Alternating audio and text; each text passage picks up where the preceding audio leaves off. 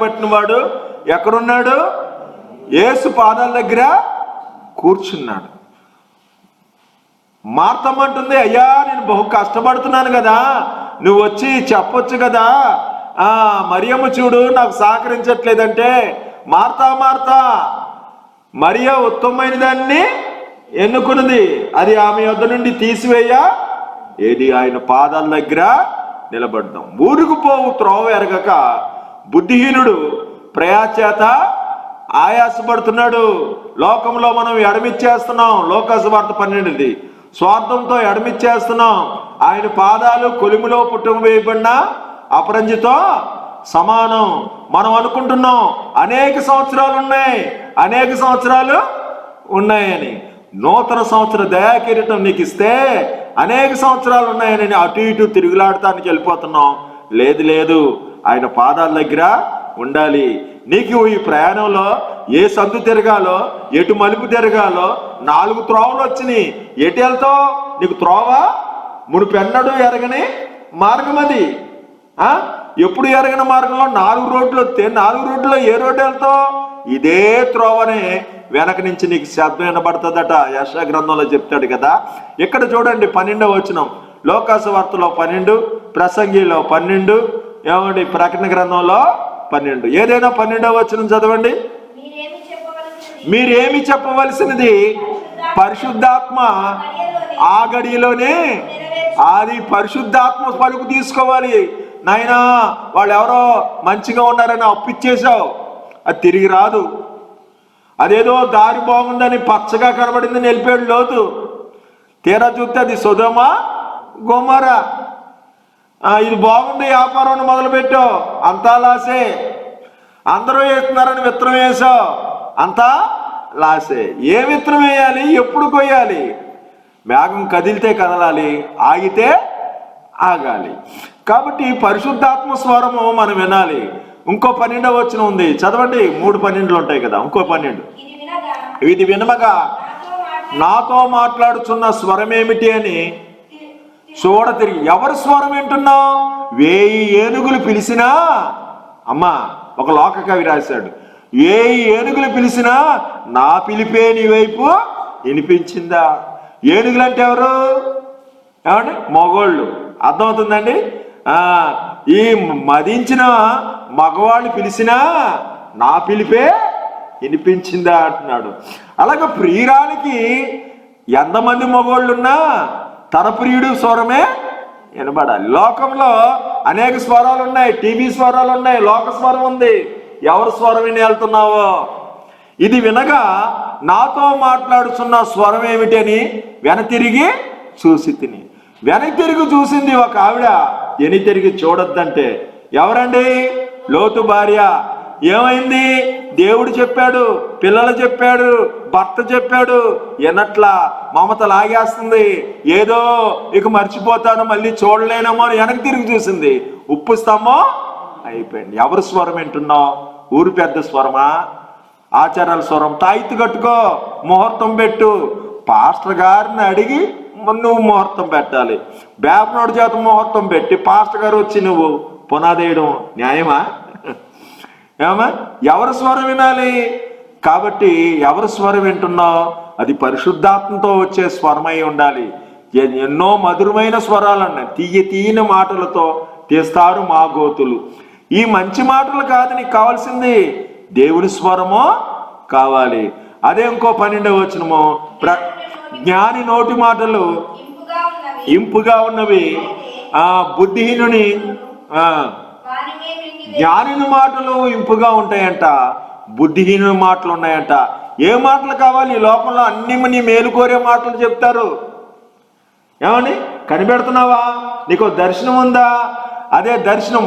ఇక్కడ చూడండి 3 చోట్ల 3:12 మాట గురించి వచ్చింది కదా. శుద్ధత గురించి మొదటి వచనాలు. ప్రసంగిలో మొదటి వచనం చదవమ్మా. బొక్కావాని తైలములో చచ్చినేగ పడితే ఆ తైలమంతా, ఇది సంఘం. బొక్కావాని తైలంలో చచ్చినేగ పడకూడదు. లేదా నీ హృదయము బొక్కావాని తైలంలో చచ్చినేగ పడింది అనుకోండి, అదంతా వేస్టే. అదే చెప్తాడు లోకాసు వార్తలో, వేలాది వేలాది మంది వస్తున్నారట యేసయ్య దగ్గరికి. లోకాసు వార్తలో 12:1. అంతలో జనులు వేల కొలది తొక్కున్నట్లు కూడి వస్తున్నారట. వాళ్ళని చూసి యేసయ్య అన్నాడంట, పరిచయల వేషధారణనే పులిసిన పిండి ఉంది. ఎంతమంది వస్తేనే వీరిలో పులిసిన పిండి ఉంది. ఉందమ్మా మనలో పులిసిన పిండి? ఏంటి ఆ పులిసిన పిండి? లోకము, మత్సరము, దొంగతనాలు, ఏమండి వ్యభిచారాలు, జారత్వము, అసూయ, కక్షలు అన్నీ ఉన్నాయా? కాబట్టి ఈ పులిసిన పిండి మనలో తీసివేసుకోవాలి. ఇంకో ఒకటో వచనం యేసుక్రీస్తు తన దాసులు కనపరిచిన ప్రత్యక్షత. 1వ అధ్యాయం 1వ వచనమే. లోకాసు వార్త చదివేశాం. లోకాసు వార్తలో ఏముంది? పులిసిన పిండి ఉంది. మొదటి వచనం అక్కడే ఉంది ప్రసంగిలో, చచ్చినీయగా పడింది. శుద్ధత లేదు, ఇక్కడ పులిసిన పిండి, అక్కడ చచ్చినీయగా. మరి ఎవరికి ఇస్తాడు ప్రత్యక్షత?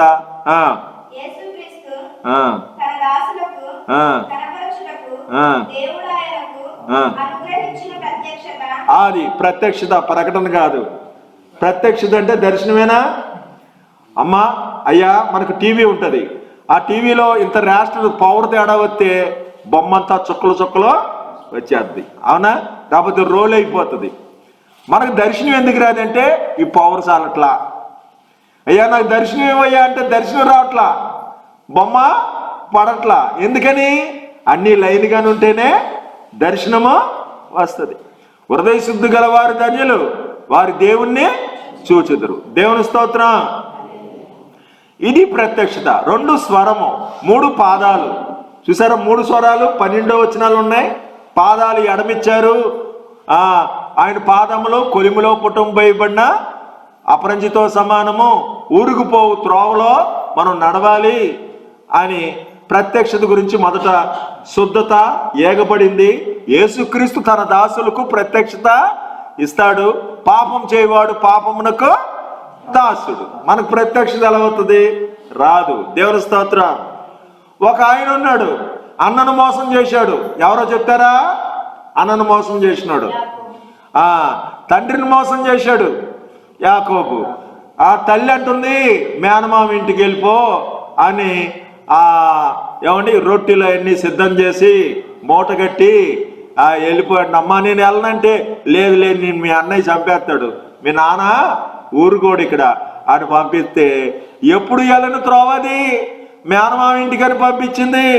ఆ మేనమామ మరి ఎప్పుడు చూడలేదు, పుట్టిన తర్వాత చూడలేదు.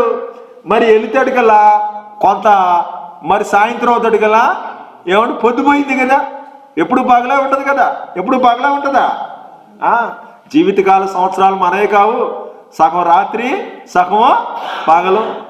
రాత్రి వచ్చిందంటే నిద్రపోవాలా, మనకు నడవదు, అవునా కదా? 75 సంవత్సరాలు అంతా పగలేనా? రాత్రి ఉందా లేదా? సగం నిద్రే. ఈ ఇటుకను తలగడగా చేసుకొని నిద్రపోయాడు ఏడ్చి ఏడ్చి. మళ్ళీ అమ్మను చూస్తానో చూడను, నాన్నే చూస్తానో లేదో, అన్నయ్యకి ఉద్రేకపడిపోతున్నాడు ఎలాగా అని మరి ఏడ్చి నిద్రపోతే, ఇదే త్రోవ నేను ఇచ్చిన చూపెడుతున్నాడు దేవుడు. కింద నుంచి దేవదూతలు పైకి వెళ్తున్నారు, పైనుంచి దేవదూతలు కిందకి వస్తున్నారు. ఇదే త్రోవ అంటే లేచాడు. తన తలగడగా పెట్టుకున్న ఇటుకను నిలబెట్టి నూనె పోసి, ఈ స్థలంలో నేను మందిరము కడతా. ఎప్పుడు నేను క్షేమంగా వస్తే, నాకు ముద్ద అన్నం ఉంటే, నేను వేసుకుంటానికి బట్ట ఉంటే చాలు, ముద్ద అన్నం తింటే చాలు రోజు. నేను ఇక్కడికి వస్తే మందిరము కడతా, నన్ను క్షేమంగా ప్రాణంతో ఉంటే చాలు, ముద్ద అన్నము కొద్ద జత బట్టలు ఉంటే చాలు అనుకున్నాడు అని బయలుదేరాడండి. ఆ ఊర్లోకి వెళ్ళిన తర్వాత ఇదిగో లాభానంటే ఇతనే, అయ్యో అతను కూతురు వస్తుంది చూడు అనగానే ఆ కూతురుని చూసి ముద్దు పెట్టుకున్నాడు. ఇక మొదలెట్టాడు ఆయన, నీ ముఖం మనోహరము, నీ స్వరం మాధుర్యము, నీ పాదాలు అపరంజమయం అంటామని మామను పట్టుకొని, మామగారు మీ అమ్మాయిని చేసుకుంటాను అన్నాడు. చేసుకుంటానంటే నాయన కట్నం ఇస్తావు, మరి ఎంత కట్నం ఇస్తావు? 7 సంవత్సరాలు నాకు కూలి పని చేయాలి అంటే కూలి చేస్తానయ్యా, అమ్మాయిని చేసుకుంటాను అంటే, సరే ఇదే ప్రేమతో నీ ముఖం మనోహరము, స్వరం మాధుర్యము, పాదాలు అపరంజమయమని అమ్మాయిని ప్రేమిస్తూ ఉన్నాడు. పెళ్లి టయానికి వచ్చాడు కల్లా 7 సంవత్సరాలు అయినాయి. చీకట్లో పెట్టి పెళ్లి చేసి పెద్ద అమ్మాయిని ఇచ్చాడు. ఆ పెద్ద అమ్మాయిని ఇచ్చి పెళ్లి చేస్తే తీరా చూస్తే తెల్లారితే ఆ అమ్మాయి రాహేలు కాదు. అయ్యో నన్ను మోసం చేసావయ్యా అంటే, మరి నన్ను మోసం చేసావు, నాన్ననే మోసం చేసావు. దేవుడు చేసిన మోసం మాట, పెళ్లి మోసం, జీవితమే మోసం అయిపోయాక అరే నన్ను ఏంటయ్యా ఎలా చేసావు అంటే, పెద్ద అమ్మాయి పెళ్ళి అవ్వకుండా చిన్న అమ్మాయిని ఎలా చేయమంటయ్యా, ఇంకో 7 ఏళ్ళు కొలువు చేయి అప్పుడు ఇస్తాను అమ్మాయిని అన్నాడు. ఆశపడుతున్నాడు కాబట్టి సరే కొలువు చేస్తానని 14 ఏళ్ళు కొలువు చేస్తే కొద్ది రోజులుగా 14 సంవత్సరాలు అయిపోయినాయి అంట. అంత ప్రేమిస్తున్నాడు అమ్మాయిని. నీ ముఖం మనోహరం, స్వరం మాధుర్యం, పాదాల అపరంజమయమని అలాగూ ఆవిడ్ని ప్రేమిస్తూ ఏమండి ఆ రాహేలు కోపము యాకోబు మీద రగులుకుందంట. పెళ్ళయిన తర్వాత పిల్లలు పుట్టట్లేదట, లేయాకే పెడుతున్నారట. లేయా ఎవరు నీచమయ్యారో వారినే కోరుతున్నాడట దేవుడు. జబ్బు కంటలదట, ఆవిడ గర్భం తెరిచి పిల్లల్ని ఇస్తున్నాడు. రాహేలుకి అందముంది, గర్వంతో ఉంది, పిల్లలు లేరు. ఏమండి ఇప్పుడు పిల్లలు పుట్టకపోతే నా యాకోబు మీద రాహేలు కోపం, నేనేం చేయను, దేవుడికి ప్రతిగా ఉన్నానా అంటాడు. చనిపోయిన తర్వాత కూడా రాహేలు పక్కన యాకోబు పాతి పెట్టబడ్డా, లేయ పక్కనే పాతి పెట్టబడ్డాడు. కాబట్టి అండి ఊరికి పోవు త్రోవ ఎరగక చిక్కుకుపోయాడు మేనమావ ఇంటికాడ. తిరిగి వస్తున్నాడు, వెళ్ళవలసిన త్రోవ వచ్చింది, తాను ఉండవలసిన త్రోవకు వస్తున్నాడు. ఎబ్బోతు రేవు దగ్గర మరి అతనికి ఒక వార్త చెప్పారు, మీ అన్నయ్య వస్తున్నాడు అబ్బాయా, మీ అన్నయ్య వస్తున్నాడు, చంపడానికి వస్తున్నాడు అంటే తన భార్యల్ని పంపించేశాడు. ఏమని పిల్లలను పంపించాడు, దాసులను పంపించేసి నీవు తప్ప నాకీ లోకంలో ఎవరున్నారయ్యా, నీవు తప్ప నాకీ లోకంలో ఏదున్నాదయ్యా, దావీదు కుమారుడా నన్ను దాటిపోకయ్యా, నజరేయుడా నన్ను విడిచిపోకయ్యా. ఇప్పుడు మనసు కుదిరి ప్రార్థన చేస్తున్నాడు. ఎప్పుడు నీ ముఖం మనోహరం, స్వరం మాధుర్యం, ఆ దేవుడు మర్చిపోయాడు. కానీ దేవుడు తోడుగా ఉన్నాడు. ఎన్నిసార్లు మోసం చేశాడో ఆ లాభాను. ఇదిగో సార్లయ్య కావాలి, సార్లయ్యన్నీ నీ అంటే సార్లయ్య పుట్టించాడు, మచ్చలయన్నీ నీ అంటే మచ్చలయ్య పుట్టించాడట చేశాడు. దేవుడు బాగా దీవించాడట. ఇప్పుడు అవన్నీ ఎంతున్నా శాంతి లేదు. అన్నయ్య వచ్చి నరికేస్తాడు. అందరిని పంపించి ప్రార్థన చేయడానికి తనతో పాటు ఎవరు లేరు, ఒక్కడే ప్రార్థన చేశాడు. ఎందుకంటే రాహేలు నీ దేవుడే నా దేవుడు అందా, దేవతలను తెచ్చుకుంది, దేవతల్ని తెచ్చింది. ఎవరిని పడితే వాళ్ళని వివాహం చేసుకోకూడదు. నీ దేవుడే నా దేవుడు అన్న వాళ్ళనే వివాహము చేసుకోవాలి. దేవుని స్తోత్రం. కాబట్టి అండి ఈ రీతిగా ఒక బుద్ధిహీనుడు ఉంటే, ఒక బుద్ధిహీనుడు రాజ్యం ఇచ్చిన తర్వాత 1000 మందిని వివాహం చేసుకున్నాడట. 700 మంది పెళ్లి భార్యలు, 300 మంది ఉపపత్నులు. ఈ బుద్ధిహీనుడు ఎవరు? సొలొమోన్ మహారాజ్. భార్యలు మనసు మార్చేసి దేవతల గుళ్ళు కట్టేశాడంటండి, దేవతల గుళ్ళు కట్టాడంట. ఇంకో బుద్ధిహీనుడు వెళ్ళిన చోటల్లా ప్రేమిస్తాడంట. ఈయనెవరు? సంసోను. అమ్మాయి అమ్మాయి నచ్చింది, ఫిలిప్పీల అమ్మాయి. వద్దయ్యా మనం అన్యుల్ని వివాహం చేసుకోకూడదంటే, లేనమ్మా అమ్మాయినే వివాహము చేసుకుంటానని. చేసుకున్న తర్వాత ఏం చేశారు? అక్కడికి వెళ్ళిన తర్వాత ఊరి పెద్దలతో, ఊరి మగోళ్ళు ఉన్నారు చూసారా, యవనస్తులతో కలిసిపోయారు. వాళ్ళ నాన్న కలిసిపోయాడు, ఈ అమ్మాయి కలిసిపోయి సంసారం వేసిన పందెం. తేనికంటే బలమైనది ఏది? సింహం. అంటే అండి తేనికంటే తీయనిది ఏది? సింహం కంటే బలమైనది ఏది? ఆ పొడుపు కదా సామెత భార్య ద్వారా వాళ్ళు తెలుసుకొని ఇప్పేసి ఆ సంసోన్ని ఓడించారు. అలిగి వెళ్ళిపోయి తిరిగి వస్తాడు కల్లా ఈ అమ్మాయిని ఇంకోళ్ళకి ఇచ్చి వివాహము చేసేశారు. ఏదయ్యా నా భార్య అంటే, నువ్వు అలిగి వెళ్ళిపోయావు కదా, మా మీద కోపం వచ్చిందని ఇంకోళ్ళకి వివాహము అయ్యి ఆచారాలు. అర్థమైందండి? ఎవరిని పడితే వాళ్ళని వివాహం చేసుకోకూడదు. కాబట్టి ఈ సంసోన్ మళ్ళీ దెలీలా దగ్గరికి వెళ్ళాడు. దెలీలా ఒళ్ళో తలపెట్టేస్తున్నాడు. నీ ముఖం మనోహరమో, నీ స్వరం మాధుర్యమో, నీ పాదాలు ఎవరో తెలుసా? ఇగో ఆ సహోదరుడు వెనక చూసి చూస్తున్నాడు, అదే దెలీలా. ఏది ఆకర్షిస్తుంది? ఏమండి, ఏది ఆకర్షిస్తుంది? విశ్వాసకర్తయు కొనసాగించువాడైన యేసు వైపు చూడాలి. దేవుని స్తోత్రం. విశ్వాసకర్తయు దాన్ని కొనసాగించువాడైనా యేసు వైపు చూడాలి. ఎవరి వైపు చూడాలండి? చెప్పండి, ఎవరి వైపు చూడాలి? చూస్తున్నారా? మీరు పొద్దున్న ఎందుకు వచ్చారు? యేసు వైపు చూడటమే. అర్థమైందా? యెహోవాను స్తుతించుట మంచిది, మహోన్నతుడా నీ నామమును కీర్తించుట. వెనకున్న వాటిని మర్చి ముందున్న వాటికి వేగిరపడాలి. మనం అలల వైపు గాలి వైపు చూసామా మోసపోతాం. 18వ వచనం చదవండి. ఏదైనా 18వ వచనం అండి. త్వరగా ప్రకటన గ్రంథంలో కాదు, సోమరితనము చేత ఇంటి కప్పు దిగబడిపోను, చేతులు బద్ధకము చేత ఒక ఇల్లు కట్టబడాలంటే యెహోవా ఇల్లు కట్టించిన ఎల్లా కట్టువారి ప్రయాస వ్యర్థమే. కాబట్టి నీవే నా తోడువై. అర్థమైందండి? మరి ఆయన తోడు చేసుకొని మనం జ్ఞానం గల స్త్రీ ఇల్లు కడుతుంది. మరి ఇంటికి నిర్మాణం గురించి చూస్తే, నిర్మాణాల గురించి లోకాసువార్తలో 12వ వచనం, నా కొట్లు విప్పి వాటికంటే గొప్ప వాటిని వాటికంటే గొప్ప వాటిని కట్టించి అని చదవాలమ్మా. మనకు ఇంపార్టెంట్ పదం చదవట్లా. వాటికంటే గొప్ప వాటిని కట్టించి. దేవుని స్తోత్రం. ఏమండి, చూడండి 18 కలిసింది. ఇంకో 18 ఏమి కట్టాలి?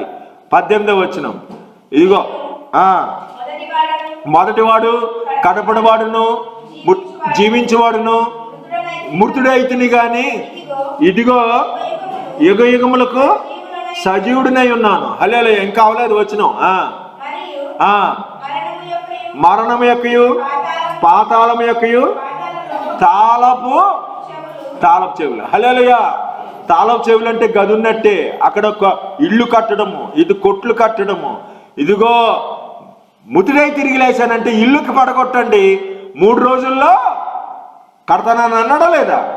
ముతుడై తిరిగి లేచాడు. తను తాను పడగొట్టుకొని కట్టుకున్నవాడు మనలో కూడా కడతాడు. ఆయన చేతులు ఏమున్నాయి?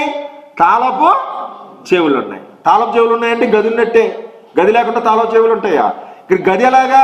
తన్ను తాను పడగొట్టుకొని తిరిగి ముతుడై తిరిగి నేను కట్టడానికి ఆయన సిద్ధం. తను తాను పడగొట్టుకొని కట్టుకున్నవాడు నిన్ను కడతానికి కూడా, నీ పిల్లల్ని కడతాడు, నీ జీవితము కడతాడు. నువ్వేం కట్టాలనుకున్నావేమో? కొట్లు కట్టాలి, ఆస్తులు ప్లాన్లు వేస్తున్నావేమో. నిలవరైన పట్టణం మనకి ఎక్కడా లేదు. ఉండబోదాని కోసము ఎదురు చూస్తున్నాం. అమ్మా, ఉండబోదాని కోసము ఎదురు చూస్తున్నాం. ఊరికి పోవు త్రోవ ఎరగక బుద్ధిహీనత ఉందా? కలిసిపోతున్నావా? లోకాన్ని ప్రేమిస్తున్నావా? దాని ఒళ్ళో తలపెట్టావా? మొత్తం గుండు గొరికేసి కనుగుడ్లు పీకేసి ఏం చేస్తుంది? మనల్ని తిరగలే ఇసరాల. అర్థమవుతుందా? దాని ఒళ్ళో తలపెట్టకూడదు. మనం రాజులము, మనం రాజులైన యాజక సమూహము. పూర్వం చీకటి వాళ్ళము, ఇప్పుడు వెలుగు సమందలం. దేవుని స్తోత్రం. 19వ వచనం చూడండి. 19వ వచనాలు. ఇదిగో నవ్వులాటలకు వారు విందు చేస్తారు. విందంటే సంతోషమే కదా. నవ్వులాటలు అంట. నవ్వులాటలు సంతోషమే. ఇంకా ద్రాక్షరసం సంతోషము. ఇంకా డబ్బు అంటే సంతోషం. ద్రవ్యము, ద్రాక్షరసము, నవ్వులాటలు, విందులు, ఇవన్నీ సంతోషాలు. మరి ఇక్కడ కలుస్తుందా? లోకాసువార్తలో చూడండి. లోకాసువార్తలో 19, నా ప్రాణముతో అనేక సంవత్సరాలకు విస్తారమైన ఆస్తి సుఖించుము. డబ్బుతో సుఖించు. తిను విందు, త్రాగు ద్రాక్షరసాన్ని. ఆహా, అక్కడ ఏముందో అక్కడే ఉంది. కట్లు అనగానే, ఏమండి, ఇండ్లు అనగానే నా కొట్లు ఇప్పి కడతానన్నాడా లేదా? 18. సంతోషం అనగానే ఇక్కడ సంతోషం అంటున్నాడా లేదా? అయితే దేనిలో? అక్కడ 19 ఏముంది? ముతుడై తిరిగి లేస్తుంది కట్టుకోవడం. ఇక్కడ సంతోషం ఏంటంటే మనిషి దేనిలో సంతోషించాలంటే జ్ఞానం సంపాదించడంలో సంతోషించాలంటమ్మా. సూరత్వం బట్టి అతిశయించకూడదంట, బలం బట్టి అతిశయించకూడదంట, నీకు ఎంతమంది పిల్లలు ఉన్నారు, నీకు ఎంతమంది జ్ఞానివో దాన్ని బట్టి కాదట.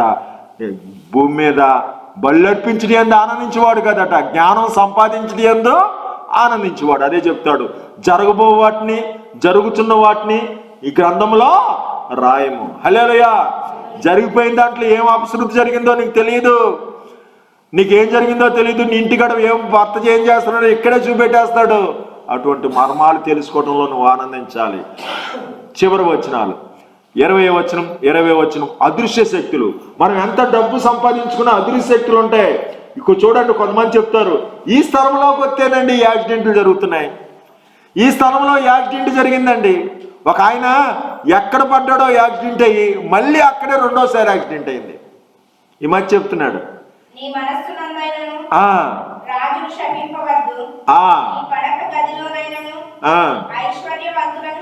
ఐశ్వర్యవంతులు శపిస్తే ఏమవుతుందంట, ఆకాశ పక్షులు తీసుకెళ్తాయంట సమాచారం. సామెత ఏంటంటే ఆత్మలు ఉంటాయి, రెక్కలంటే ఆత్మలు దెయ్యాలకు ఉంటాయి, దేవుళ్ళకు ఉంటాయి, ఏమండి దేవదూతలకి ఉంటాయి. దేవుని స్తోత్రం. ఈ దేవదూతలు లేదా ఈ పక్షులు, పక్షి అంటే ఆత్మ, తీసుకెళ్తాయంట. ఎవరిని పడితే వాళ్ళని నోడుతూ అనకూడదంట. ఎలా తెలిసిందంటే నీకు ఏదో ఇవ్వాలనుకుంటున్నాడు అనుకో, ఆ మనసు రాజుగారికి కలిగిందనుకో, నువ్వు తప్పు ప్రవర్తన చేసి రాజుగారి దగ్గరికి వెళ్ళావనుకో, నీ ప్రవర్తన చెప్పేస్తుంది అతనికి మనసు. ఏంటి ఇలా ఉన్నాడేంటి, ఏది చెప్పక్కర్లా, బుర్రకు అర్థమైపోద్ది. నీ చూపు తేడా వస్తుంది, నీ నడక తేడా వస్తుంది, నీ మాట తేడా వస్తుంది. కనిపెట్టేసి ఇవ్వాలనుకున్నది. చూసారా, హామాను కాళ్ళు పట్టుకోవాలనుకుంటే కుదిరిందా? కుదరలా. అతనికి అసహ్యంగా అనిపించింది, నా భార్యనే పట్టుకుంటావా అని. కోపం వచ్చేటట్టుంది అతని ప్రవర్తన. ఎందుకంటే ప్రార్థన చేసింది కాబట్టి సంగతి బయటపడిపోయింది. కోపం వచ్చి రాజుగారు నా భార్యని అవమానపరుస్తావా అని ఉరి పెట్టాడు. అర్థమైందా? కాబట్టి కొన్ని అదృశ్య శక్తులు ఉంటే మనం డబ్బులు సంపాదించుకుంటే అవదు. భార్య భర్తలు విడిపోతున్నారు, బిడ్డ యాక్సిడెంట్లో చనిపోతున్నాడు, అదృశ్య శక్తులు ఉన్నాయి. నీ డబ్బు రక్షిస్తుందా? యాక్సిడెంట్ని రక్షించదు. ఎన్నో ఉన్నాయేమో, మనం ఎతుకు మనం తింటున్నాం, వారవలేరు ఉన్నారు. ఎందుకు విడిపోతున్నారో, ఎందుకు జబ్బులు వస్తున్నాయో, మళ్ళీ కరోనా, మళ్ళీ లాక్డౌన్ అంటున్నారు. కంటికి కనిపించిన శక్తి కరోనా ఎవడైనా ఆపగలడా? ఎన్నిసార్లు లాక్డౌన్ పెట్టినా వస్తూనే ఉంటాయి. ఈ అదృశ్య శక్తులు వచ్చేస్తున్నాయి. ఏమండి, ఈ అదృశ్య శక్తులు మళ్ళీ ఆ ప్రకటన గ్రంథంలో 20వ వచనం, ఆ 7 సంఘములకు 7 సంఘంలో దోతలు అంట, దోతలకు రెక్కలు ఉంటాయి. ఇక్కడ 20వ వచనం, వెర్రివాడా ఈ రాత్రే నీ ప్రాణము అడుగుచున్నాను, నువ్వు సంపాదించినవన్నీ ఎవరివగునో. ప్రాణము అదృశ్య శక్తి అండి, దేవుడు అదృశ్య శక్తి అండి. ప్రాణానికి రెక్కలు ఉంటాయి చూడండి, ఇదో రెక్క ఇదో రెక్క, 2 ఉంటాయి లేదా కన్నాలు, ఏమండి రెక్కలు. ఏంటి పిట్ట కోతకు ఒకడు లేచిన అంటాడు, పిట్ట కోత అవుతున్నాడు, గురకెడుతున్నాడు మాట. పిట్ట కోతకు ఒకడు లేచిన ఏంటంటే గో అంటాడు చూసారా, అది పిట్ట, ఇది ప్రాణం. వెర్రివాడా ఈ రాత్రే ఈ ప్రాణము అడుగు, బుడ్డ పురసకాయ పగిలిపోవును, బావిలో చక్రము పడిపోవును, ఎత్తు చోట్లకు మనుషులు భయపడతారు, కిటికీలోండి చూసేవారు కానరారు, కావలకాయవారు బలము తగ్గిపోవును, కాళ్ళు చేతులు. ఏమండి, మన్నైనది వెనట వలె మన్ను అయిపోతుంది. కాబట్టి నీవే నా శైలమై, నా విజయానికే భుజబలమై, అనుక్షణమున శత్రువుకు ప్రత్యక్షమై అలా కాపాడుతాడు. ఏమండి, ఇంకోటి ఏంటి, నీవే ఆలయమై, నువ్వు నా నిత్యత్వమకే అత్యంతమై, అమరలోకాన శుద్ధులతో పరిచయం, మైమరిచి మనకు అటువంటి స్వాస్థ్యమైన ఆనందం ఇచ్చాడు. జుంటి తేనెదారుల కంటే సంతోషము. అదృశ్య శక్తులతో మన పక్షాన ఆయన యుద్ధమాడతాడు. గెహాజీ అంటున్నాడు బయటకు వచ్చి ఎలీషా దగ్గర, దైవజనుడా మనం ఏమి చేయటము, మన చుట్టూ ఆపదలో ఉన్నాము, చుట్టూ వచ్చేసారు సైనికులు, ఎలాగూ అంటే దయచేసి వీడిని కండ్లు తెరవని ప్రార్థన చేస్తే వాళ్ళకంటే ఎక్కువ సైన్యం వాళ్ళకుందట. దేవుని స్తోత్రం. వాళ్ళు ఎందుకు వచ్చారు? రాజుగారి గదుల్లో జరుగుతున్నాయన్నీ ఎవరో శత్రురాజు గదుల్లో జరుగుతున్నాయి. ఇక్కడున్న పాస్టర్ గారికి తెలిసిపోతుంది, ఈ రాజుగారిని అక్కడికి వెళ్ళక మాటుగాళ్ళని పెట్టాడు, అక్కడికి వెళ్ళక మాటుగాళ్ళని పెట్టాడు, అక్కడికి వెళ్ళక మాటుగాళ్ళని పెట్టాడు. వర్తమానం రాజుగారికి వర్తమానం చెప్తుంటే ఆ రాజుగారు తప్పించుకుంటున్నాడు. ఆ శత్రు రాజుకు డౌట్ వచ్చింది, ఇన్నిసార్లు ప్లాన్ చేస్తే ఆ రాజుగారి కోసం ఎవడు మన వైపు ఉండి చెప్తున్నాడంటే మన వైపు ఉండి చెప్పేవాడు ఎవడో లేడు. అక్కడ ఎలీషా అనే ప్రవక్త ఉన్నాడు. మీకు అక్కడ జరిగే సంగతులు తెలుస్తున్నాయమ్మా. నీకు తెలుస్తుందా? మనం అతీతులు, అదృశ్య శక్తులు ఉంటాయి మనకు. హల్లెలూయా.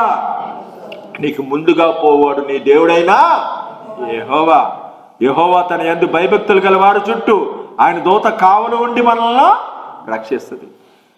కంటికి నిర్మించిన వాడు కానుకుండునా, చెవుని నిర్మించిన వాడు ఇశ్రాయేలును కాపాడు వాడు కొనుకుడు నిద్రపోడు. కాబట్టి వెళ్ళే త్రోవల్లో ఆయన ఉంటాడమ్మా. ఊరికి పోవు త్రోవ ఎలా పడితే అలా వెళ్ళక ప్రమాదాలు ఉంటాయి. చెప్పిన మాట వినకుండా యెరూషలేం నిలిచి ఉండక దిగజారి దొంగల చేత పడిపోయాడు. అవునా కాదా? ఎలా పడితే అలా దిగజారిపోయి వెళ్ళిపోకూడదు, ఎక్కడ పడితే అక్కడ వెళ్ళిపోకూడదు, ఎవరికి పడితే వాళ్ళకి అప్పు ఇవ్వకూడదు, ఎలా పడితే అది పట్టుకోకూడదు. 10th అయ్యింది, ఏ గ్రూప్ తీసుకోవాలని అడగాలి. ఊరికి పోవు త్రోవ ఎరగక ఏమండి బుద్ధిహీనుడు మార్గమో ఇడుస్తాడు. దేవుని స్తోత్రం. అయ్యా చక్కటి త్రోవల్లో, వెళ్ళేటి త్రోవల్లో, రేయింబవల్లో చక్కటి త్రోవల్లో నడిపించయ్యా అని మనం ప్రార్థన చేసుకుందాం. దేవుని స్తోత్రం. ఓకే, ప్రార్థన చేసుకుందాం. మన చక్కటి త్రోవలో మనం నడుద్దాం. మహోన్నతుడు, సర్వశక్తివంతుడు, సర్వాధికారి, మేలైన మార్గం ఏదని విచారణ చేసి తెలుసుకునుడి. పురాతనమైన మార్గంలో నిలిచి ఉండి చూడుడి. నాయన నేనే మార్గము, సత్యము, జీవము అన్నావు తండ్రి. నిలవరైన పట్నం మాకు ఇక్కడ లేదు అయ్యా. ఈ లోకంలో కలిసిపోయి సొలొమోను పిల్లలను కన్నాడు, 1000 మందిని అయ్యా భార్యలుగా చేసుకున్నాడు. యాకోబు 2 భార్యలు ఇంకా దాసీలను కూడా కలిగి ఉండి ఒట్టివాడయ్యాడు. సంసోను ఎక్కడికి వెళ్ళినా ఆడపిల్లలు ప్రేమించి వారు ఎంతో మోసం చేశారు తండ్రి. ఈ లోక మోసాల్లో అయ్యా లోక భోగాల వైపు నా నేత్రాలు సోకకున్నట్లు కృప చూపమని దేవా యేసు వైపు చూసేవారిగా, ఆ ఇత్తడి సర్పం వైపు తేటిగా చూడగా విషం ఇరిగిపోయింది తండ్రి. నీ వైపు చూస్తే వెలుగు కలుగుద్ది, నీ వైపు చూస్తే రక్షణ కలుగుద్ది. పేతురు గారు అలల వైపు గాలి వైపు చూసి మునిగిపోయాడు తండ్రి. అయ్యా ఏం చేయాలో కార్యాలు సఫలత ఇచ్చేయండి. మా ప్రార్థన ప్రాతకాల దూపమలే, సాయంకాలం నైవేద్యములే, చెలికాని హృదయంలో ఉండొచ్చు మాటల వలె యథార్థవంతులుగా చేయండి తండ్రి. బొక్కావాని తైలముగా మా హృదయం ఉంది, మా సంఘం ఉంది. చచ్చినీగ లాంటి శుద్ధత లేని అన్ని దూరపరిచి నీ ప్రత్యక్షత మాకు దయచేయండి. నీ స్వరమిని బయలుదేరే వారిగా చేయండి. నీ పట్టణానికి చేర్చండి. 12 గుమ్మాల దగదగా మరియు పట్టణంలోకి ప్రవేశించండి. యాత్రికులమో పరదేశులమని మొయ్యగోనైనా అబ్రహాము చెప్పాడు. మోషే కూడా ఈ లోకంలో దూరం నుండి చూశాడు తండ్రి. అయ్యా మేము నైనా ఆ దేశం చేరేటట్టు మాతో ఉండి దేవుడు మన పక్షం ఉండగా విరోధి ఎవడని ఇగో భయపడకుడి, మన పక్షం ఉన్నవారు అనేకులు ఉన్నారని, అంతకంటే అధికులు ఉన్నారని వీరిని భయపడకుడి అని 365 రోజులకి నువ్వు తోడుగా ఉండి అయ్యా నీ రాకపోకల్లో యెహోవా నీకు తోడుగా ఉంటాడని. అయ్యా ఇశ్రాయేలును కాపాడువాడా, ఏ తెగులు నీ గుడారం సమీపించదు, అపాయమేమీ రాదు.